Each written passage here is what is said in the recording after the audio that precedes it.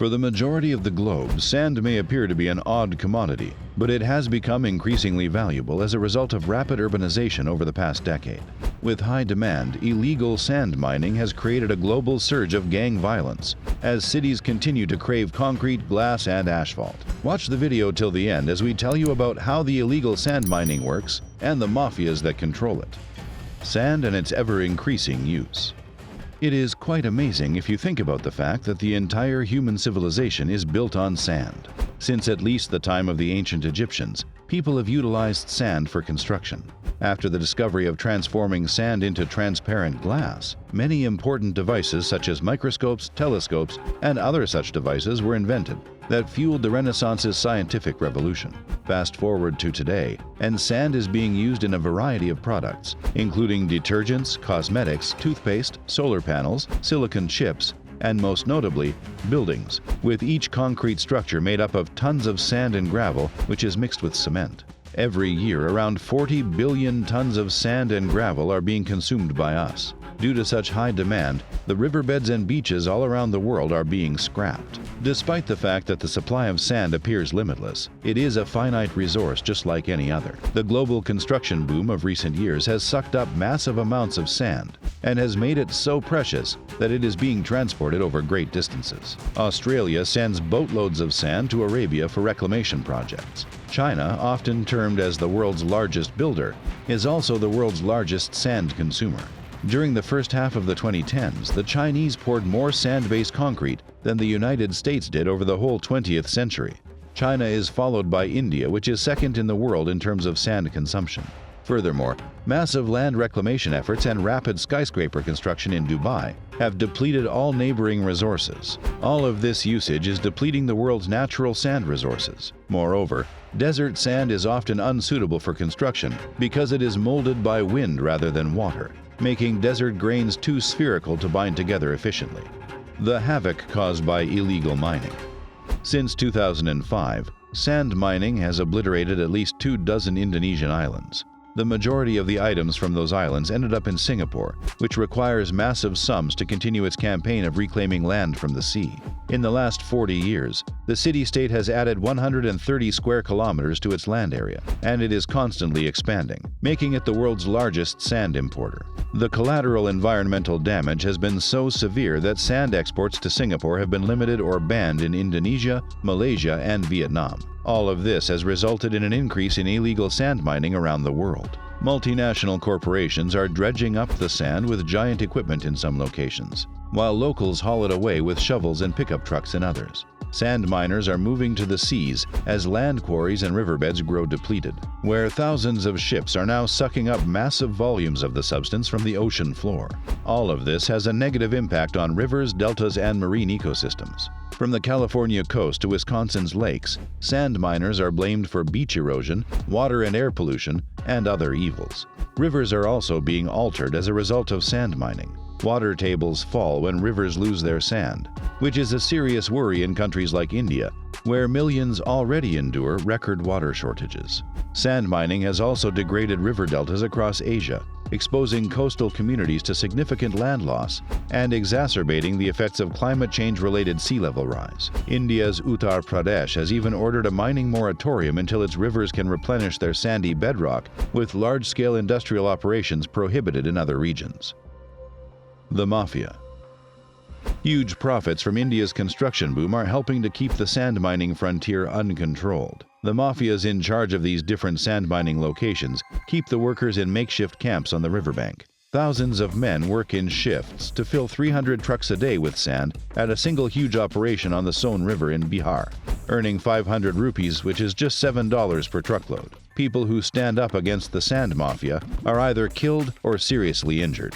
Hundreds of people have been harmed and dozens of people have been murdered. But all of this isn't so straightforward, as they are cunningly arranged and everyone's involved in it. A few years ago, an 81-year-old teacher and a 22-year-old activist were both slashed to death. Furthermore, a journalist was burned to death, and at least 3 police officers, who were run over by sand trucks, are among the dead.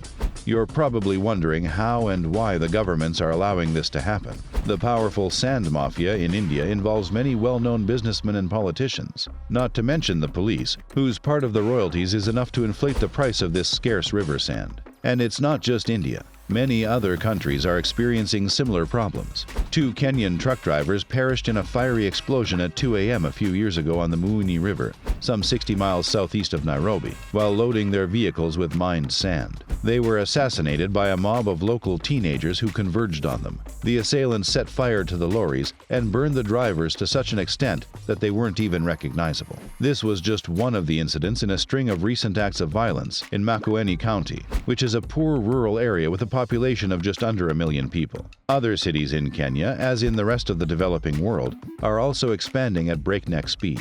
Nairobi's population has grown tenfold since the country's independence in 1963, and it is presently close to 4.4 million people. Moreover, the world's urban population has increased from fewer than 1 billion in 1950 to almost 4.5 billion now, with the United Nations predicting that another 2.5 billion will join them in the next 3 decades. The construction of buildings to house all of the people, as well as the roads that connect them, need massive amounts of sand. More than 48 billion tons of sand and gravel are used in building every year all over the world. That figure is now more than double what it was in the late 2000s. This has become a multi-billion-dollar industry with an annual revenue of hundreds of billions of dollars. The authorities. Authorities are attempting to restrict how and where sand extraction takes place, but the sand mafias are so strong that illegal sand mining has exploded all over the world. Thousands of tons of sand are dug up every year by criminal groups around the world to sell on the black market. One of Israel's most known thieves began by robbing public beaches of sand. Almost half of the sand used in building in Morocco comes from unlawful mining. Hundreds of officials in Malaysia have been charged with accepting bribes and sexual favors in exchange for enabling illegally mined sand to be smuggled out of the country. The sand trade, like any other big-money criminal business, is fueling bloodshed. Environmental activists in Cambodia have been imprisoned for attempting to stop illicit mining. The other mafia groups who are not yet involved in this business are also becoming interested, as the price of sand is rising. Bribes, cartels, and gains. The authorities are kept at bay by intimidation and corruption.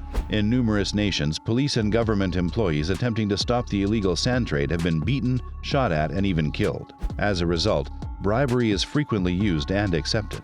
Even drivers hauling illegal sand from Makueni to Nairobi have admitted to paying bribes to police officers. The whole value chain of the sand mining trade in Kenya and Uganda is driven by cartels that use violence and intimidation and are protected by powerful state entities. It is dominated by men, and there is a lot of unprotected child labor. Women work on the outskirts, selling food, doing laundry, and doing commercial sex work. The cartels are structured into gangs, with up to 8 gangs operating in a single location, each vying for control of the territory. The profits in this business are huge. It costs 20,000 shillings to fill a 10-ton truck with sand, and then that truck sells for 140,000 shillings. The majority of the sand mined in Kenya is sold domestically, while it is exported to other countries such as the Democratic Republic of the Congo, Burundi, and China. The majority of countries, including Kenya and Uganda, have weak or non-existent rules and no international agreements or legal instruments to regulate it. Failed attempts at regulation. Uganda's ability to regulate sand extraction is also hampered by legal gaps. Only a minimum legal foundation is provided by the new mining and minerals policy, which was passed in 2018. It excludes small-scale artisanal sand miners who have long complained about ambiguous licensing and regulatory systems that favor large-scale operators over small-scale miners. Only the Environmental Authority and local governments are authorized to regulate and implement controls under the policy. Local governments in Uganda are impoverished, and even when they issue sand mining restrictions, they lack the resources and political will to execute them. Because of these inefficiencies, officials are more likely to collaborate with local sand cartels. Unlike Kenya and Uganda, India's trade is mostly unaffected by organized crime, and the market is primarily for domestic consumption rather than export. Conditions vary, but contractors and villagers perform the majority of the initial extraction, selling the sand to intermediate buyers and then to builders. Extortion of regular businesses makes following the laws unprofitable, so criminal enterprises with political ties break the regulations, mine without regard for sustainability, and profit immensely. They are shielded by their large contributions to politicians and the patronage networks that result. Despite the fact that government legislation and guidelines to regulate sand mining and track illegality were implemented in 2016 and 2020, little has changed on the ground. Sand, as a unique natural resource, should be managed by more than just mining and mineral policies. A comprehensive strategy is needed to control sand mining activities and trade, while also protecting water and land bodies where extraction occurs. Every government should remedy legislative gaps and effectively manage the sector to strengthen sand mining governance. Well, that's it for today's video. We hope you enjoyed the content of the video. If you did, show some love and hit that like button. And don't forget to subscribe to our channel so that you never miss out on any of the amazing videos we have in store for you.